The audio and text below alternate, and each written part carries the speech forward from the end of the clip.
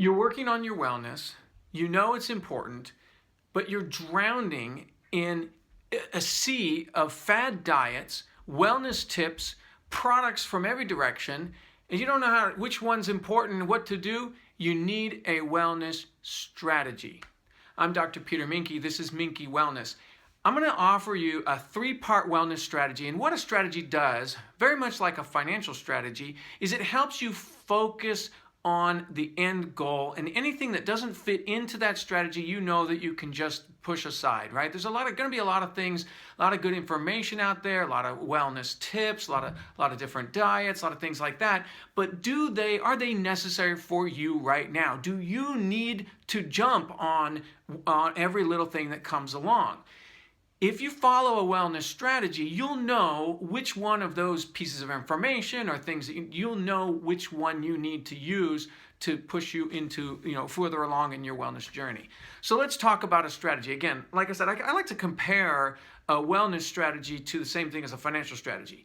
In a financial strategy, you typically talk about, okay, I want to save more money or save some money. I want to curb my spending, and I want to retire, with $1 million or $5 million or whatever. So there's a strategy. Typically let's pay off debt, right? Get out of debt. Let's save for the future, and then we can have a goal at the other end of it. Which means along the way, if you're following this wellness strategy or a financial strategy, you can't just spend whatever you want. The strategy itself gives you that structure to say, I'm going to forego those expenditures. I'm going to delay that purchase because it's going to bump me off my strategy. Or if you end up in a situation where okay, it's worth it. I know I have to do this. It's going to bump me off my strategy, but I'm going to adjust my strategy. In other words, it gives us that context, that motivation, that structure to help us focus. A wellness strategy is the same kind of thing. Similarly, in a wellness strategy, you're not going to be able to eat whatever you want to, do whatever you want to, stay up late whenever you want to, because you start to recognize that pulls you away from your end goal of being more well. So it helps you understand and have motivation and reason to act in the right way. In other words, give you the right habits and support you in your own journey. So that's what a strategy does. So let's talk about this. I've got a 3-part wellness strategy, and I'll just lay it out real simply. Part number 1 is stop poisoning myself. Stop the poison. Stop poisoning myself. Part number 2 is flood my body with nutrients. And part number 3 is manage my stress. I'm going to share with you a little bit more about each of these parts, and I'm going to also share with you what has been my journey to this point and how I came up with this as a basic wellness strategy. So first of all, stop poisoning myself. This seems kind of obvious, but you'd be surprised at how many things that are going on in our world are actually toxic. And if you've watched my video from yesterday, you know that we're talking about 4 essentials for life: food, water, air, and love. So I could look at each one of those categories and say, I need to stop poisoning myself in the food category. Well, that's not that hard to see how we can go wrong in that area. And if we just get that part right, there's so many things change and go for the better. If we can just get control of the poison and toxins and stuff that are in our diet, and if I can just give you the real quick: stop the partially hydrogenated vegetable oil, refined sugar, high fructose corn syrup, and then the additives of any kind, and white flour, processed foods. So we will talk a lot more about that. But this month and this quarter for our wellness program here, we're getting rid of partially hydrogenated vegetable oil. I'm going to talk more about that another time. So in the food category, we would stop poisoning ourselves. That makes sense. In the water category, stop poisoning ourselves. Are there things that we drink that we need to get rid of? Or are we still drinking tap water, for that matter, that's loaded with all kinds of stuff, that even pharmaceutical leftovers that are in our tap water, birth control pills and things like that? You'd be, go look that up. It's scary stuff. In the air category, stop poisoning ourselves in the air category. You would say, well, okay, I don't smoke, so therefore I'm okay. Well, first of all, if you are smoking, that's definitely going to be an impact to your health. So we need to work on something in there, some replacement for that, because poisoning your lungs, toxifying your lungs is not going to work. But there are other things, fragrances, for example, toxic fragrances, which we are going to work on this time to get rid of these toxic fragrances, which impact the upper respiratory system, but it also impacts the lungs. That fabric softener coats the lungs I think we'll talk more on that too. So we got to clean things up. In other words, this is just cleaning things up. So it's the food, the water, and the air. What about the love category? Are there things that we're poisoning ourselves in the love category? Oh, you know there are. And I would venture to say that just watching the news is toxic to the love category. We're not helping ourselves in the stress area to be watching the news. So you might want to consider curbing your news habit and asking yourself, is this really moving me in the right direction? Am I actually helping myself by staying in tune that focused on the news?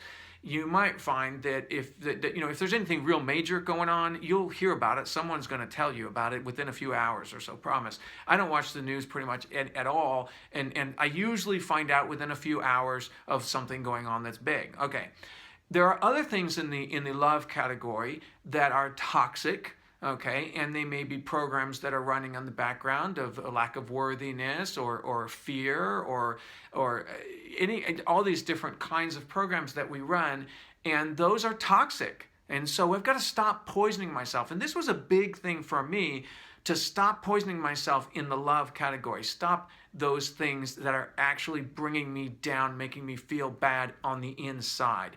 I realized early on, I'll tell you a little bit about my story, but early on that I needed to get rid of and purge those stressors that were internal, the mental, emotional stressors. Okay, so that makes sense. I hope to you that we need to stop poisoning ourselves in each of these 4 categories.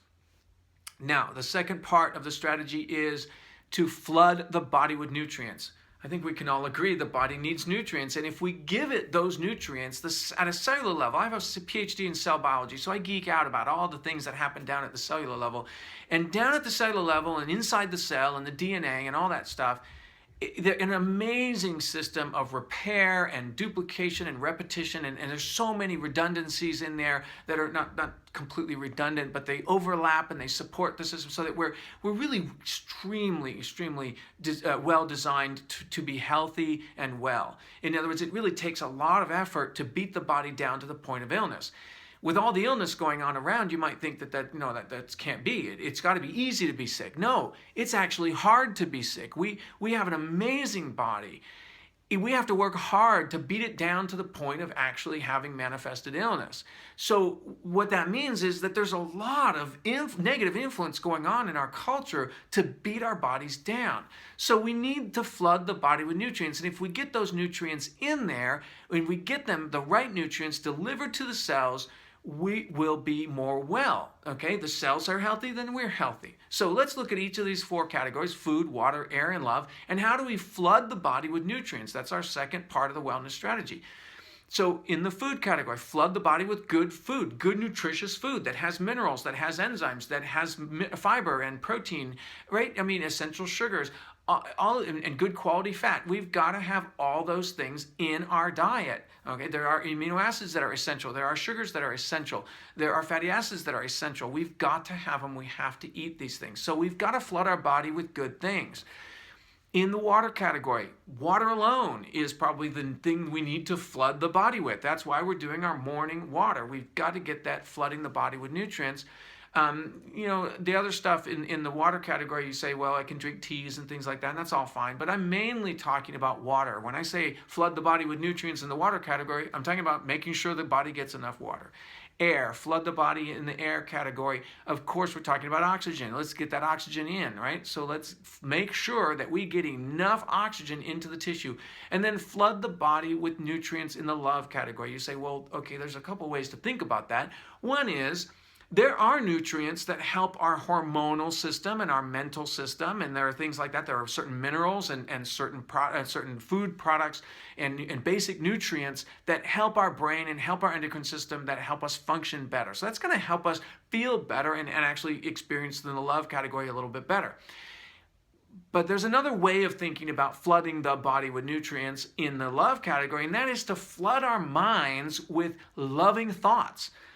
We have a choice of what we think, okay? And if we work on actually flooding the body with images and thoughts that are positive and good, if I take a breath in and I imagine that breath coming in with God's love just soaking my body and the joy and the amazing and the reverence, wow, wow. How about having a wow moment whenever you want it? With a single breath and using and engaging your consciousness, engaging your imagination to imagine that love coming in and saturating and soaking your body. I do this on a regular, it's what I call a one breath meditation, and it's available anytime you want it. If you learn this about breathing and consciousness, you can engage flooding the body, flooding the soul with nutrients, with good things in the love category. And so I'm going to talk a lot about that as we go through this wellness strategy. Okay, so we've got the first part, stop poisoning myself. The second part is flood the body with nutrients. The third part is manage my stress. There are so many elements about stress, and we're going to talk about those, but managing our stress is a key component. And I think I've mentioned this, I'm not sure where I've mentioned it how many times I've done videos, but if we breathe better, we're going to manage our stress better. So that's why I start in the respiratory system, and I said, let's make sure that we know how to breathe, that we can use our breathing to manage our stress cycle, and that will help. This tension is another thing that increases our stress cycle. Structure, if we're compressed in the neck or compressed in the lumbar and the sacrum, that can actually increase our stress. It decreases our access to this parasympathetic nervous system. So many ways that we can learn to manage our stress. There are products, herbal products, essential oils, lavender, things like that, that might be able to help our stress levels. So there are lots of different kinds of things like that we can work with tools, we can work with herbs, we can work with techniques that are all good at helping us manage that stress, and we need to do that. We need to learn how to manage our stress, whatever our tools are. There are unhealthy ways to manage stress. There are addictive patterns. There are self-medications, drugs and that kind of, I'm talking about like marijuana and cocaine, caffeine, sugar. These are things that we use to manage stress or to kind of work our stress levels, and we can find better ways to do that. All right. So this is the basic strategy here. The 3 parts of our wellness strategy: stop poisoning ourselves, learn to flood the body with nutrients, and learn to manage our stress. And looking at that in all 4 of the major categories: food, water, air, and love. And that's the basis of it. I'm going to share with you, not right now, I'll share with you at some point here how I came up with this and my background story, and so you know where I came up with this and how important and useful this is. But if you stick with this wellness strategy and use this as a guideline, I think it's going to help you stay focused and stay on track for your wellness journey.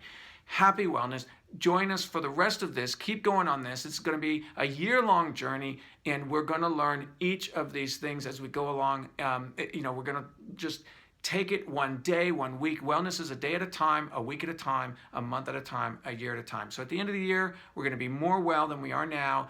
And following a wellness strategy helps us stay focused, because there's going to be some sacrifice, there's going to be some things we need to get rid of, and there's going to be some things we need to add in. And anytime you make a lifestyle change, it's going to be a little challenging. So hang in there. I encourage you. Wellness is worth it. Happy wellness.